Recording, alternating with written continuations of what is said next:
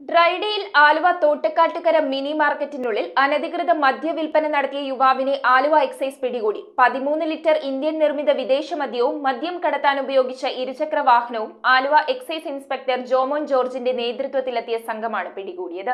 ഡ്രൈഡേയോടനുബന്ധിച്ച് Aluva Thottakattukara mini മാർക്കറ്റിനുള്ളിൽ അനധികൃതമായി മദ്യവിൽപ്പന നടത്തിയ കിഴക്കേക്കടുങ്ങല്ലൂർ ചക്കാലകത്തോട്ട് വീട്ടിൽ മമ്മാലി മകൻ സക്കീർ ഹുസൈനെ ആലുവ എക്സൈസ് അറസ്റ്റ് ചെയ്തു. 13 ലിറ്റർ ഇന്ത്യൻ നിർമ്മിത വിദേശ മദ്യവും മദ്യം കടത്താൻ ഉപയോഗിച്ച ഇരുചക്ര വാഹനവും ആലുവ എക്സൈസ് ഇൻസ്പെക്ടർ ജോമോൻ ജോർജിന്റെ നേതൃത്വത്തിലെത്തിയ സംഘമാണ് പിടികൂടിയത്. ഡ്രൈഡേ ദിനത്തിന്റെ അന്ന് വ്യാപകമായ മദ്യവിൽപ്പന ഉണ്ടെന്നൊരു ഇൻഫർമേഷൻ നമുക്ക് ലഭിച്ചിരുന്നു.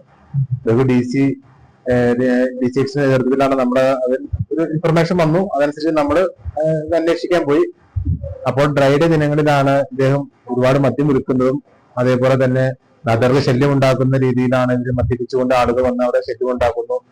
അതിന്റെ അടിസ്ഥാനത്തിൽ നമ്മൾ പരിശോധന നടത്തിയതിൽ നമുക്ക് 13 ലിറ്ററോളം മദ്യം അവിടെ ലഭിക്കുകയും അതുപോലെ തന്നെ മദ്യം കടത്തിക്കൊണ്ട് അതായത് വിൽപ്പനയ്ക്കായിട്ട് ഉപയോഗിച്ചിരുന്ന ഒരു വാഹനം, ഒരു സ്കൂട്ടി നമുക്ക് ലഭിക്കുകയും ഉണ്ടായി. ഇതിന്റെ തുടർന്വേഷണമായിട്ട് നമ്മൾ വീണ്ടും അന്വേഷിച്ചുകൊണ്ടിരിക്കുകയാണ്.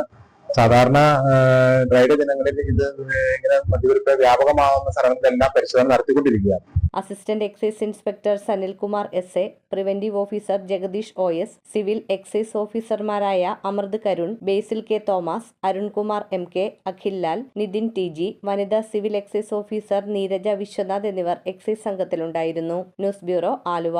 Bharathamata College of Commerce and Arts, Chundi, Aluva is a project of the Archdiocese of Ernakulam and Kamali. We offer BCom, BCA, BBA, BSW courses.